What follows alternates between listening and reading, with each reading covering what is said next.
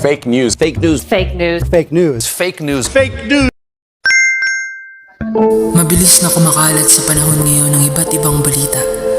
Lalo na sa social media kung saan babad sa paggamit ng mga kabataan. Scroll dito, scroll doon.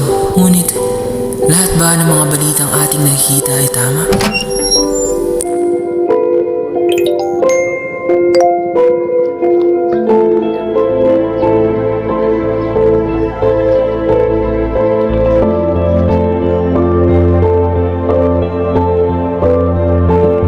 Si Manilyn? Patay na? No way!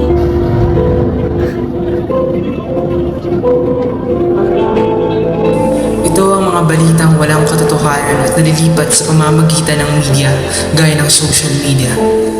Ito ang pagbabalita ng walang kaayusan para makapanira at maghatid ng kapahamakan. Walang lehitimong sentimiento o batayan para may maibalita.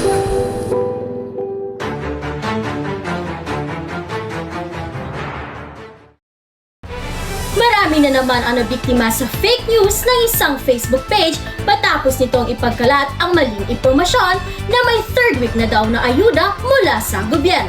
Nakatutok, Grace Silva. Yes, Kat, narito ako ngayon sa lugar ng biktima upang makapanayam ang isa sa nabiktima ng nasabing scam. Ma'am, maaari niyo po bang i-detalye kung paano ito nangyari? Actually, ma'am, nakita ko lang na share ng Facebook friend ko.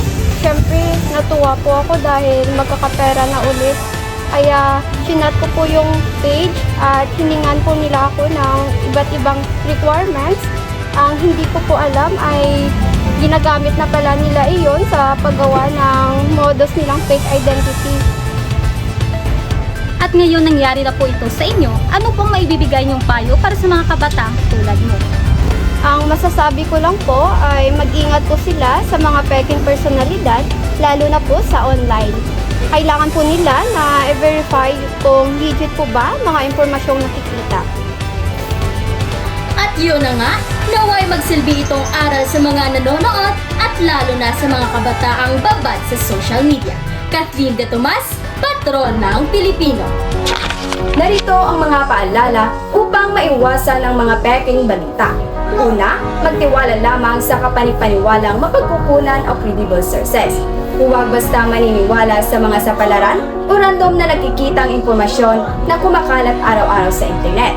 Sa halip ay lumikom tayo ng mga balita sa mapagkakatiwalaang sites o platforms na may totoong serbisyo at maaasahang tao.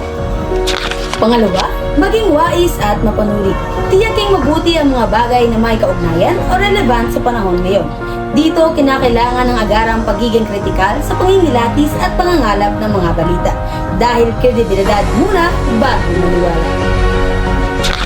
Pangatlo, ang katagang think before you click. Sa bawat impormasyong iyong ibinabahagi ay may karampatang responsibilidad.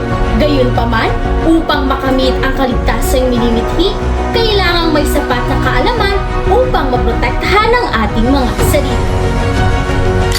Maging matalino, maging wise, at maging mapangahas sa pagpili ng paniniwalaan.